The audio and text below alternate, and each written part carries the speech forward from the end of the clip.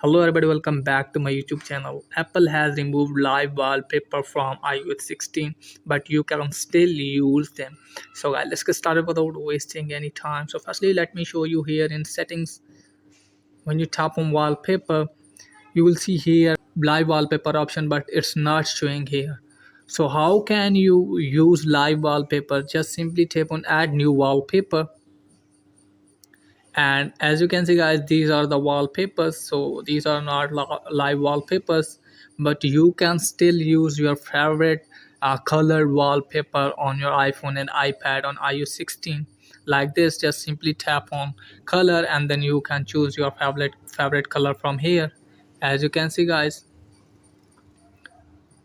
go back, tap on add, and your favorite color will be add on wallpaper.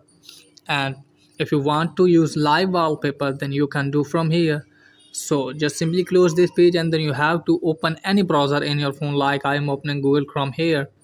And from here you have to search for live wallpaper.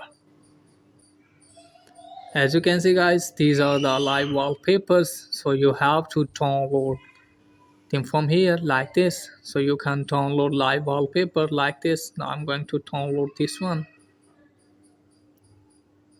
As you can see guys, so how can you use them? Just simply open setting,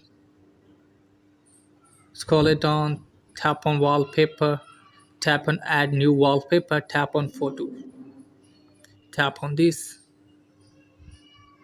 As you can see guys, this is the new wallpaper that I have added. Just simply tap on add, and then you have to tap on set as a wallpaper. Now let me show you here. As you can see guys, this is the wallpaper that I have downloaded. So you can still use live wallpaper on iPhone and iPad and iOS 16. So that's it guys for today's video. If the video is helpful, please like and subscribe my channel. Thanks for watching.